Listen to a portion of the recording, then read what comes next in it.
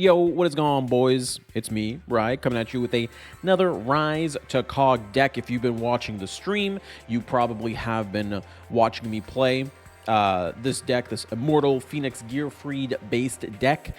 It's a deck that we saw randomly on the ladder, or actually the replay system in Platinum Replays, and we basically yoinked that random guy's deck and then adjusted it so it can be more of a coggable / competitively viable deck, rather than just a random platinum, street replay deck that we found. Now, I'm doing things a little bit differently this time. I am going to show you the core of the deck, explain what the deck does, give you some options to build the deck, and then show you the deck list that I personally used in my Legend games, and then kind of let you decide what version of the deck you want to play. Reading some old comments, especially the Speedroid videos. There's comments, for example, the Speedroid video, I said the deck was extremely free to play. Some people argued against me because I recommended you go through the mini box 3 times. In my mind, going through a mini box 3 times is extremely free to play. But, everyone has their own definition of free to play. So I'm just going to clarify what the deck is when I start the video so you know exactly where we stand. Phoenix Gearfried is not free to play. This is definitely one of those decks where you have to put money in to buy the structure deck. And this is not a structure deck that you can go into once and, be like, okay, that's fine. No, you need multiple, of these cards, and having just one copy of a lot of these cards will just not make the deck worth it, in my opinion. So if you cannot get 3 of the structure deck, I'm sorry, but this deck is pretty much out of your hands for now until you have a different way of getting those selection box cards, or structure deck cards, not selection box, excuse me. So what is this deck? What does it do? This deck is basically a mini version of Speedroid. Funny enough, Speedroid, but without synchro summoning. It plays around heavily summoning the Immortal Phoenix Gearfried and getting his negate effect off, as well as the non-targeting suck effect that he has. Of course, we'll be playing Joey's new skill called Salamandra and Phoenix. Extremely amazing skill. It's what makes this deck work for the most part. It allows you to normal summon and set the normal Phoenix Gearfried, the Gemini monster, without tribute summoning. And if you have an Immortal Phoenix Gearfried, here's the big effect: you can reveal it, set a Salamandra equip spell, and then send a legendary sword from outside your deck to the graveyard. And you have to have 10 fire monsters for this skill to actually work. That's why the core of this deck has you playing these 10 monsters. I personally believe these are the 10 best monsters to play with this skill, and we're going to go through and talk about why each one is so good. Obviously, starting off with the big boss monster himself, the Immortal Phoenix Gearfried. This guy is absolutely insane. The skill just makes it so that if you draw this guy, you can immediately summon him and his effect will be live, which is huge in this kind of effect negation meta that we find ourselves in. You summon him by banishing an equip from your field or graveyard, and then you can special summon him. And then at the start of the damage step, if this card attacks, you can equip one face-up monster in the field to this card. It is a non-targeting equip, so whatever Casitas, Lunalite, whatever you're running into, suck them on up with no issues whatsoever. He gains 500 attack for equipping it. That's whatever. 500 attack is just extra. And then if a monster activates their effect, you can send any face-up equip. It doesn't have to be equipped to this card. It can be any face-up equip that you control. You can send it away, negate the activation, and then you destroy it. So a lot of things that this card does. He is an amazing boss monster.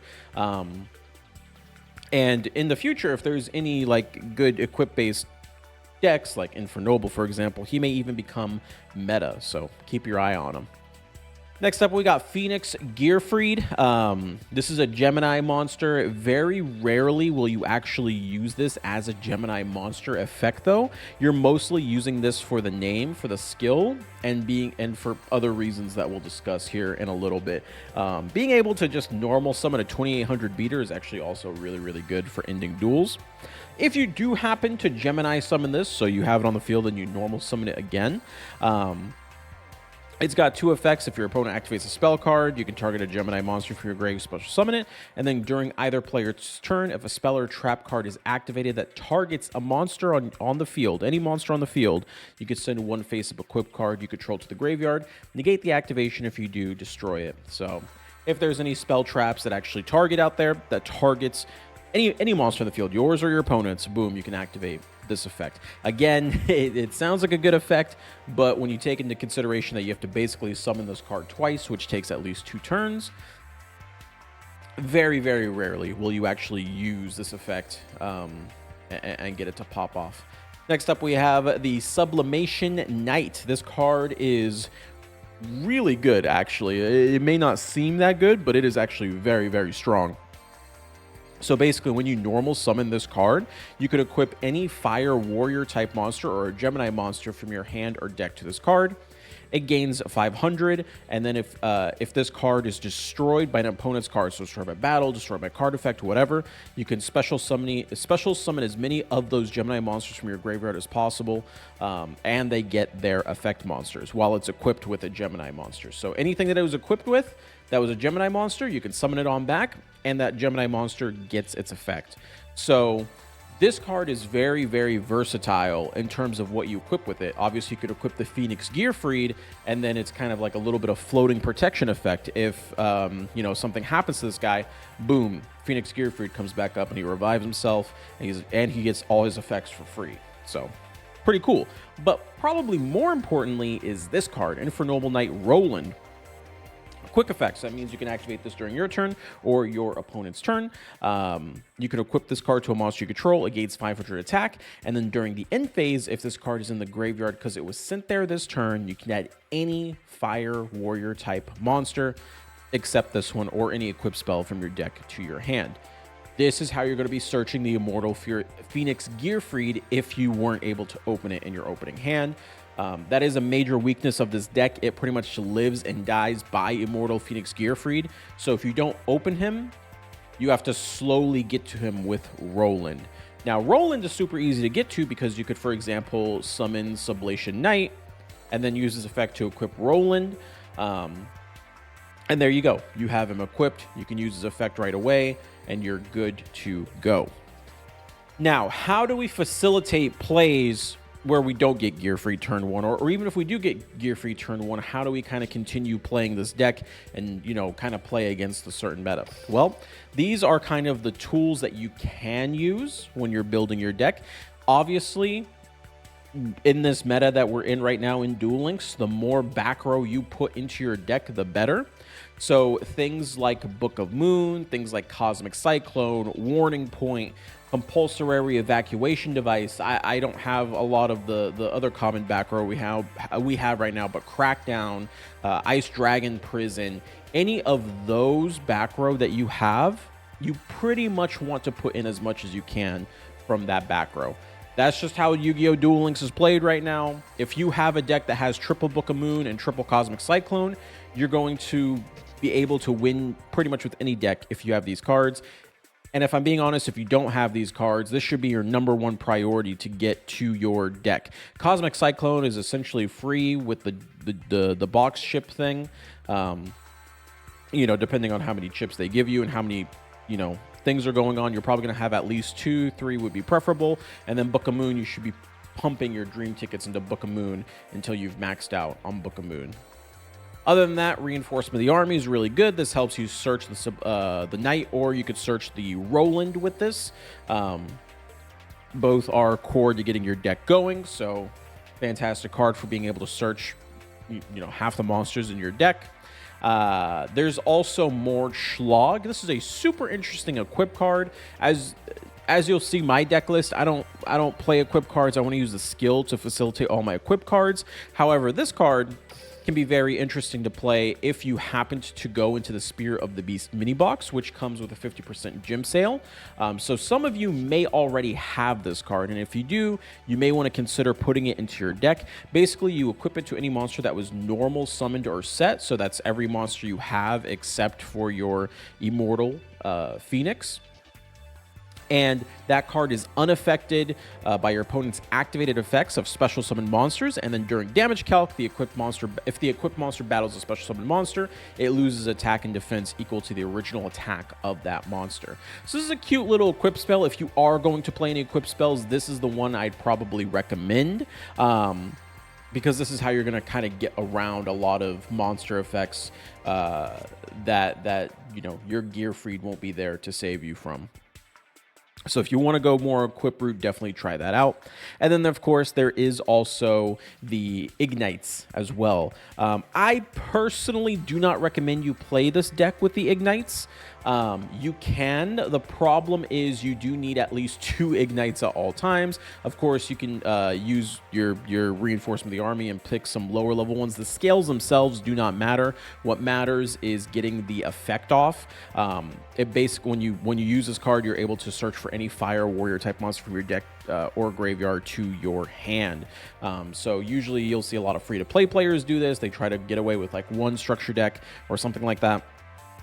I personally do not recommend you play with this way. Your back row is constantly going to be clogged because of your equips and whatnot, even if you use the Ignite effects. And you have to have 2 Ignites to get these effects off. And if you don't happen to get 2 Ignites, or you have to use your reinforcement to get another one, it gets kind of rough to play the game. But it may be something to consider if you wanted to run a different monster setup. I personally do not recommend that you do. Now let's talk extra deck, because if you saw the core decks, you can actually play this deck mostly without an extra deck. There are really 2 extra deck monsters that I found myself summoning consistently. One was Dingirsu.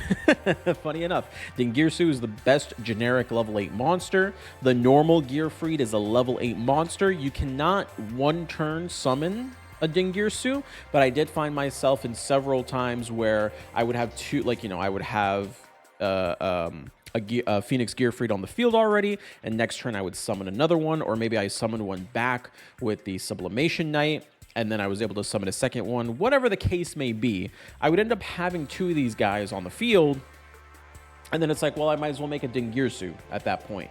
Dingirsu is just going to be way better than like a Phoenix Gearfried with its effect active, unless I need to stop back row for whatever reason. So he's the best. Just keep him in your deck. And then the other card I found myself using a lot was Nightmare Phoenix.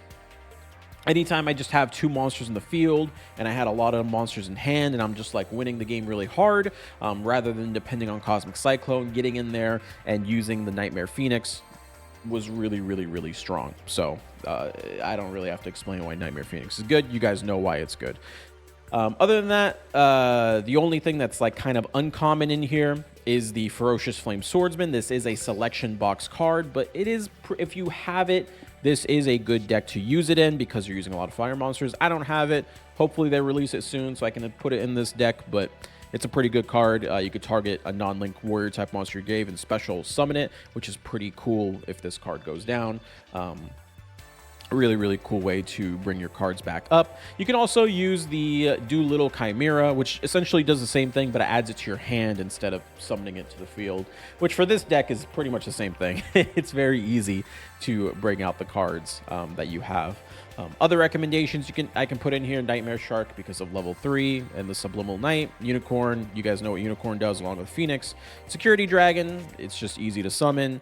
And then of course Link Disciple to out Ibly in case you do run into Ibly. You may say that you don't run into this deck a lot, but I just ran into it, so so never underestimate. This is going to be the sample deck list. This is what I hit King of Games with. Again, you do not have to play this version. You can play whatever you want to play. Reinforcements, this is essentially a free card. Go get it. Book of Moon, if you don't have triple Book of Moon, you should be spending your dream tickets getting triple Book of Moon. You can run 3 or 2, whatever. Cosmic Cyclone, you should be spending your box chips on this. If you don't have enough box chips, save them up to get more Cosmic Cyclones. This is essentially another free card. And then these last 3 spaces can be whatever back row you have on your account. I have 2 Compulses and I have a Warning Point. So that's what I used. If you have 2 warning points, put in 2 warning points. If you have Crackdown, put in Crackdown. If you have Ice Dragon Prison, put Ice Dragon Prison. If you have Bottomless Trap Hole, put in Bottomless Trap Hole. It does not have to be these UR cards. Just whatever you have to make the game easy on you. Put that in. And then my extra deck is pretty much what you saw in there, minus the Flame Swordsman. So I'm playing 2 Nightmare Phoenixes. Pros and cons of this deck. This deck is very weak to non-targeting spells and traps. If you get Dark Hold, you're probably dead. Maybe you can get if you can get a Dingirsu, awesome. You can protect yourself from that kind of stuff, but it is kind of tough. This deck does not turbo out Dingirsu. Dingirsu is just a win more card. And it really does live or die by the Immortal Phoenix Gearfried. He is the one that's going to determine if you win your game, essentially. Because if you don't get him, you're going to have a tough time actually doing anything. Now, I'm going to show you guys the 5 duels that I did to get King of Games, and then I'm going to show you one more additional duel that I just thought was interesting to watch. A lot of these replay... I failed my first KoG rank up. I unfortunately ran into a Speedroid deck where I didn't open up the greatest, and he opened up everything, including like speed recovery and stuff. So it took me 2 attempts to get to King of Games. You saw like 120 games, I think, is what it said on my main screen. We can go back and check it after this. But keep in mind that I had to go from Gold 6 all the way to King of Games because I haven't been playing for a while. So if you started from your Platinum, you'd probably reach in like less than 100 games using this deck.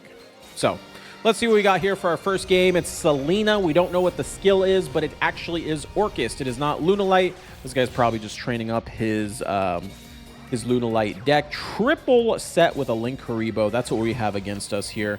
Reinforcement of the army. Take out our Sub-Knight. Sub-Knight goes in.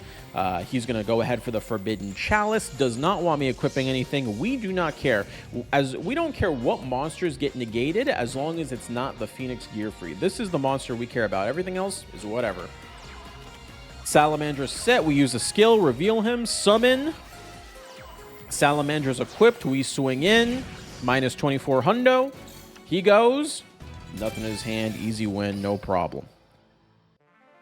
Next game. I think this one's also Selena. And I think this one actually played Lunalights. I actually went undefeated against every single Lunalight player I faced up against in this ladder climb, which is pretty funny.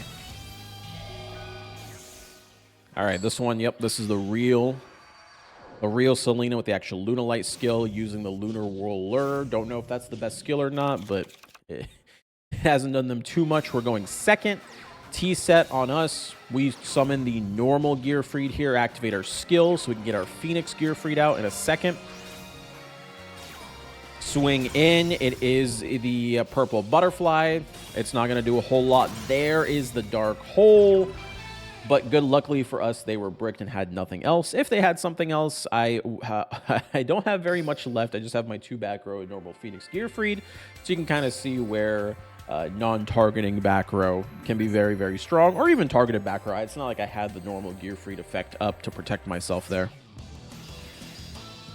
Next up, we have Heroes. If memory serves correctly, this was Wounded Hero. Only thing you have to be careful of is swinging when you don't have lethal with this guy, as he can activate Wounded Hero. We're luckily, though, I mean, this is what you want to see. Phoenix Gearfried plus back row equals most decks cannot deal with this. So we're going to see what we can do here. We go in. Gearfried gets summoned, equip, double set. He goes, summons his Hero Soldier. We negate that. It's destroyed.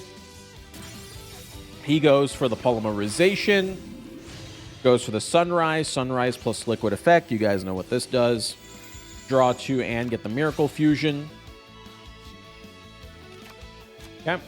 Goes in. Miracle Fusion. Brings out, I think Gaia's what he brought out here. Yep, the hero Gaia. It's at this point I should have used my back row here, but I forgot to toggle on. My bad. Doesn't matter. He still targets the one I would have used anyway. I blow both my back row. Bounce the Sunrise. Flip this one face down. Top deck into another monster. Sub-Knight comes out. Sub-Knight is huge. Summon my other Phoenix Gearfried by banishing the equip that I used last turn. Double swing into lethal. Pretty easy, not bad. That was 3, so this should be 4. This one is against Speedroid. Oh boy, Speedroid's always hit or miss. It's usually whoever goes first, and more importantly, whoever sets up their negate first. And Speedroid has a really good consistency skill, so they're always going to set up their Crystal Wing if they go first. However, this time I'm going first, so I should be able to control the duel here, no problem. We summon Phoenix Gearfried going turn 1, equip the Salamandra, set 2 Book of Moons, which is going to be huge for us. Channeler goes in. Speed Terror Top comes out. We negate that to destroy it. He goes in for his skill so he can bring out his Piper. We're going to immediately flip that down. He's going to Forbidden Lance. And I know at this point he only has 1 card left in hand. If I can guarantee flip this card down, he will not be able to make a synchro play. So I commit all of my back row to get rid of this one guy. He summons the Taken Tomberg. This is irrelevant at this point. It's actually bad that he did this. I'm assuming he wanted me to destroy his Duke so he could use his effect again. However, because of what my deck can do here, I can just summon with the Gearfried, yoink the Duke so he can't use it whatsoever, and send that Piper right back into the graveyard. I do add a Roland, which is not useful for me. I really need another monster. Great, I get the Sub Knight out. Sub Knight can summon itself, equip, 1800 attack. We are swinging at this point. Speedroid, you can see how these decks are kind of similar, right? Speedroid, they have a lot with their skill and when they have the Piper to get a couple of extra cards, but once they use up their resources, that's it. There's no recovery, really. Kind of the same thing with this deck. At this point, he's just struggling to come back into the game, and he's not going to be able to. I destroy this last monster, equip Roland. Roland gives me 2300. Lethal. Get out of here, Speedroid. The inferior version of Gearfried, dude. All right, and then this was the last game I played into my KoG rank up. It was actually the most random deck that you'll find on the ladder, and that would be Fire Kings. Now, you might be saying, oh, well, where's Orcus? You didn't play against Orcus, right? I'll show you an Orcus replay that I had. Most of my Orcus games were going from Legend 2 to 4. And then, for whatever reason, going into Legend 5, they just all disappeared. Maybe they all had KoG or something. I don't know. So we go first. We don't have the Phoenix Gearfried. We're going to add a Roland.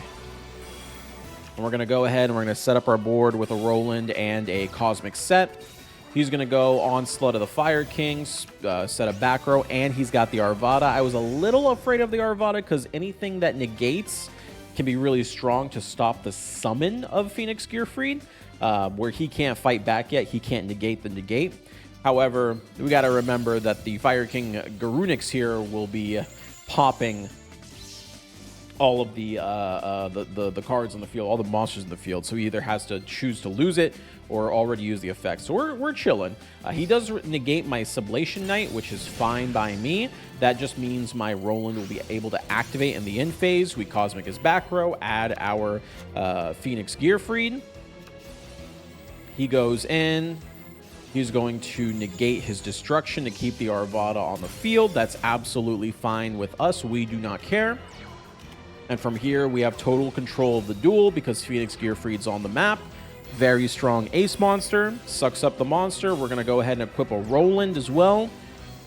He's going to attempt to come back with Garunix. We just simply negate that. And that should be it for the duel. He goes ahead, T-sets. I'm not too worried about it, though. We swing in. Lethal. And there you go.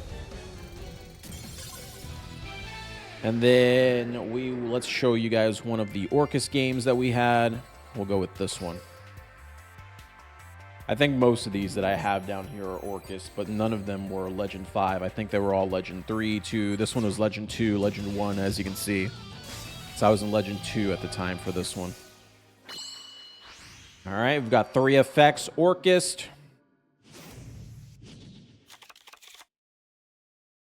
So this is not like a Selena Orcus where she's not using a skill or anything. This is just one of the Orcus decks that you can kind of expect. Well, other than the Cypher Twinned Raptor anyway. He goes in, Orcus Automaton, goes for the effect. sets up the Babel. Our hand's really good, by the way, to deal with the Orcus deck. 3 effects, gains his life points back, goes to the Dingirsu, triple set. Let's see what he's got. Goes in for the sub knight. He fiendish chains the knight. That's the other thing about this deck. Not a lot of people know what it does, so you can very much so abuse people just not reading these cards. Always the benefit of playing a rogue deck.